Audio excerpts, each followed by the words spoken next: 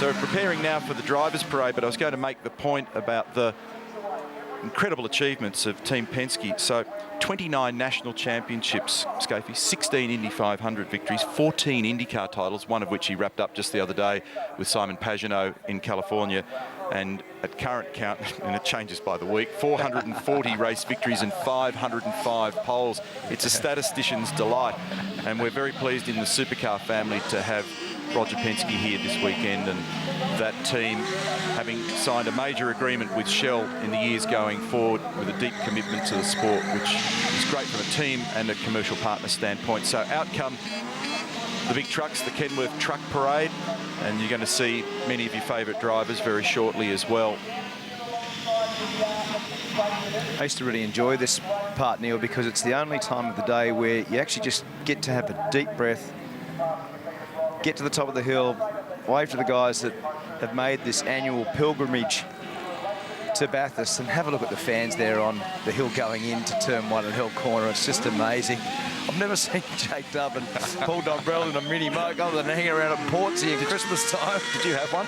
No. I had one. The family had one way back when. You know what amazes me when you look at the minis? Remember 1966, 50 years ago, it was all about minis up here and the illustrious history of this event. But you forget how small they are. The other thing is they have one of those. We did. We had a bunch of them. We had a moke and a variety of other minis. We'll get back to that because there is some car racing chat here as well. So we've got vision on the right, which is showing you Jamie Whincup's extraordinary lap to achieve the pole position yesterday. You can see his partner Paul Dombrell there, and all look fine and dandy getting it going. But I'd like everybody to pay very careful attention over the top of the hill, because if you didn't see it yesterday, it'll take your breath away. And then he also gives the fence a rub on the exit of Forest Elbow. He was very deep here into turn 2. What's interesting is that still minimal wheel work. We focused on it earlier in the weekend around the 2-minute 4.9 lap that he achieved in practice 5 on Friday 2015. And he was very judicious with the way in which he used the steering wheel there. That's not just him, that's also the way the car's set up, but they do have that car well settled. He's been quick all week. Both of them have been very quick all week, and they were bruised by what happened to them at Sandown. If you don't recall, Paul Dombrell slipped out of his seatbelt just a fraction early as they were pulling up, which is a no-no, and was penalised accordingly. So that's just a little sample, a little slice of life from yesterday that achieved the pole position by a mere 6/100ths of a second. So the problem with the Mini, getting back to that, is they had a distributor at the front of the engine. So if it was wet, and I'm talking about even if you happen to just shed one tear, a nearby neighbour happened to be crying on the side of the footpath 50 metres away, the thing would stop dead. So you had to get out, plug the bonnet, pull the distributor cap off, get all the water out, dry everything, put it all back together, start her up, away you go. So how the automotive world has changed, thankfully. It has moved on a little, hasn't it? Look at that for technology. And there's Shane Van Gisbergen with Alex Premer. And we just saw Premer with that little drama going in the warm-up without his helmet done up.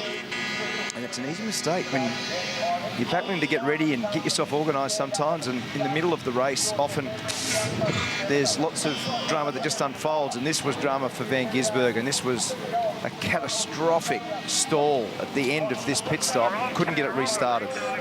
2014, when he was in contention, and that's a hard one to deal with because that was late in the day. That's his dad, Robert, and he was gutted. No words, helmet on, back to the truck in a commanding position, and car was running, everything was healthy. He launched it, stalled, and then couldn't restart it. Unbelievable. There's Craig Lowndes. Another big weekend for Craig, who's had 13 podiums at this extraordinary event. Remember, he and Stephen Richards winners in 2015. Got home by 1.36 seconds. One of the extraordinary facts of the last 10 years is that the majority of the races, bar one, have been pretty much determined by a second or so. One of them a couple of years ago was 4 seconds. 7 of the last 10 are inside 1 second. Now, if you're concerned that Craig Lowndes is going to drive the whole day by himself, it's Steve Richards is getting ready for the Carrera Cup. I wasn't actually concerned, but thanks for easing my mind. Or were you just going to suit up, were you, all of a sudden, and jump down there and be Caltex Superman and just all of a sudden vacate the box in a flurry of paper? No, I wasn't going to do that, Neil, but it's a nice thought. And what will unfold today, I used to always drive into the circuit and say, how will today work out? And this is just based on what we've seen over the years, the highs and lows, the drama that's attached to this place, the way this race has unfolded over the years, just extraordinary. The youngster in between Will Davison and Jonathan Webb there is young Flynn Porter. And sadly, 10 years ago, the same year that we lost the King of the Mountain, Peter Brock, we also lost a great competitor in Mark Porter. And his young son is with them there at the moment, the Techno Autosports Darryl Lee boys. There he is. It's great to have him here, isn't it? He's only 13. Yeah, wonderful to have him here, and that'll be a great moment for him, but very sad circumstances and sorely missed. A great competitor, fondly remembered by everybody in the supercars community, and it's really fantastic to have he and the family here. Just in behind is Mark Winterbottom and Dean Canto.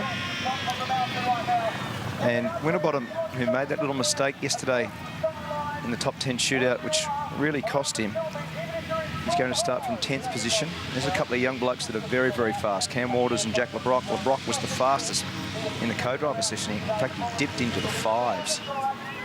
And that was a very, very fast time at that point of the weekend.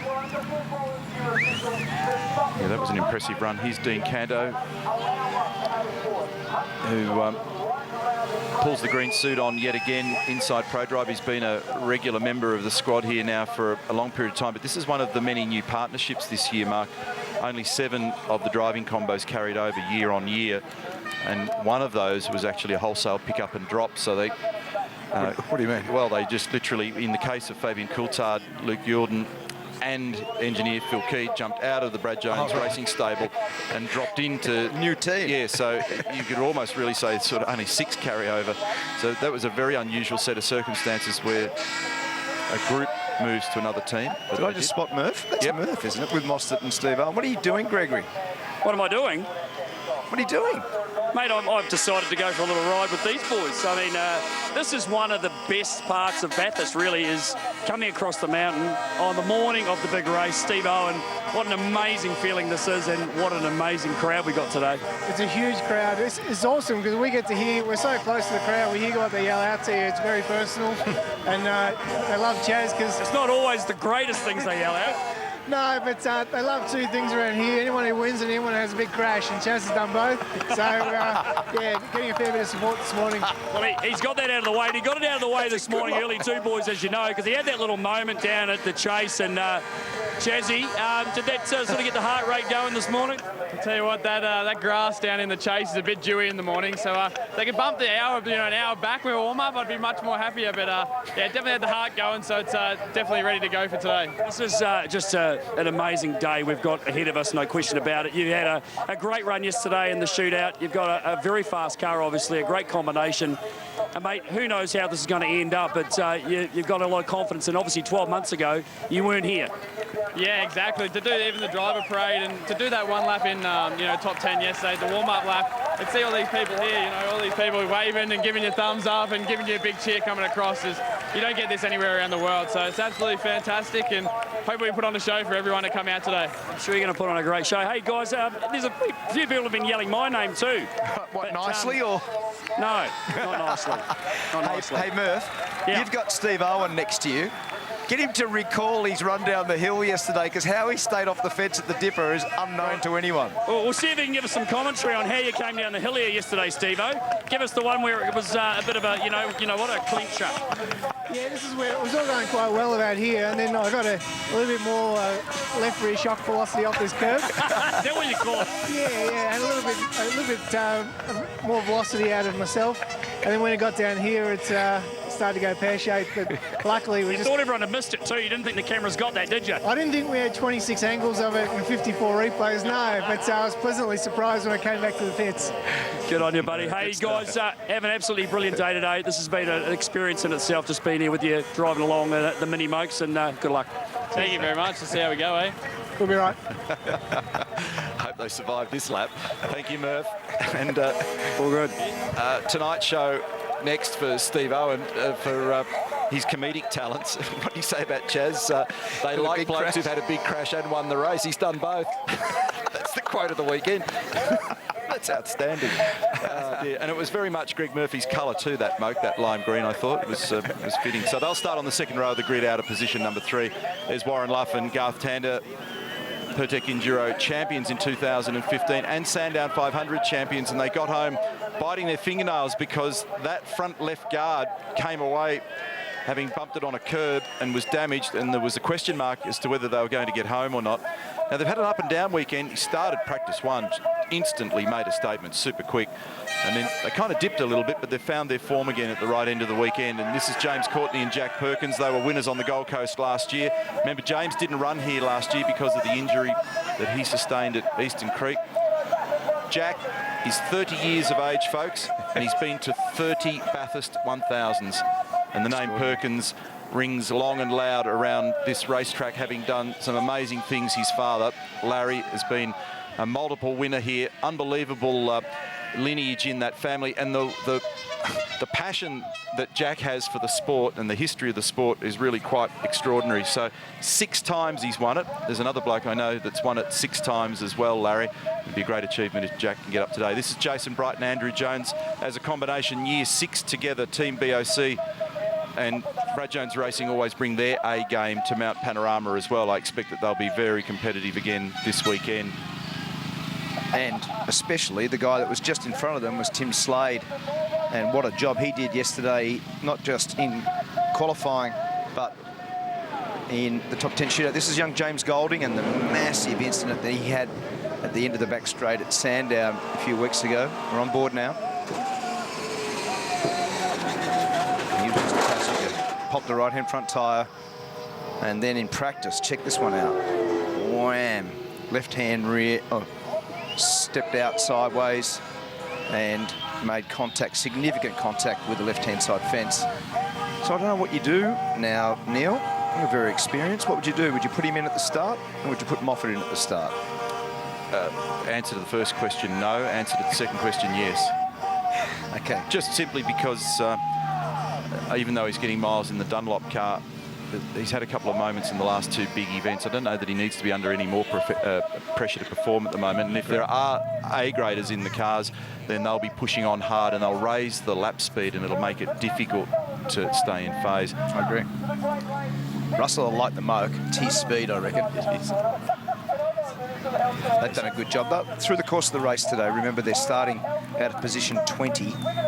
So Rick Kelly, and I think from what I understand, I think Rick Kelly might start today. So he's going to try to work his way forward. And a little bit of that strategy is around being a lead driver against the co-drivers. That's probably the right way to get the gain. Just in behind's Todd Kelly, who teams up with young Matt Campbell, who's a very, very fast young man. He's being suited up at the moment for the Carrera Cup, who's just about to start after the Drivers' Parade. Michael Caruso and Dean Fiore. Michael Caruso, for me, was a man of the match in terms of his qualifying performance yesterday in the top 10. He went out first, 10th, and his time stood for almost half of the top 10 shootout. It was a fantastic lap. He ended up 6th, so that's a great job for car 23, celebrating the 1991 GTR win here in the new livery. And there's the Kenworth Truck Parade finishing up now on Pitt Straight, and Pitt Straight is absolutely chockers. We arrived here this morning at ridiculous o'clock, and there were people up on the hill at that time. We love this pilgrimage, and this young New Zealander, he is very fast, starting from the front row of the grid. So that's the driver parade for 2016, a great opportunity for many of the fans around the circuit to applaud their favourite drivers, and a chance for you at home to also have a look at the boys a little more relaxed, and they'll be not very far away. In less than 2 hours from now, the great race of 2016 will start. Jamie Whincup and Scott McLaughlin will share the front row of the grid. One of the interesting questions will be, do they start co-drivers or primary drivers? There's a lot to come from Mount Panorama. Quick break, back shortly.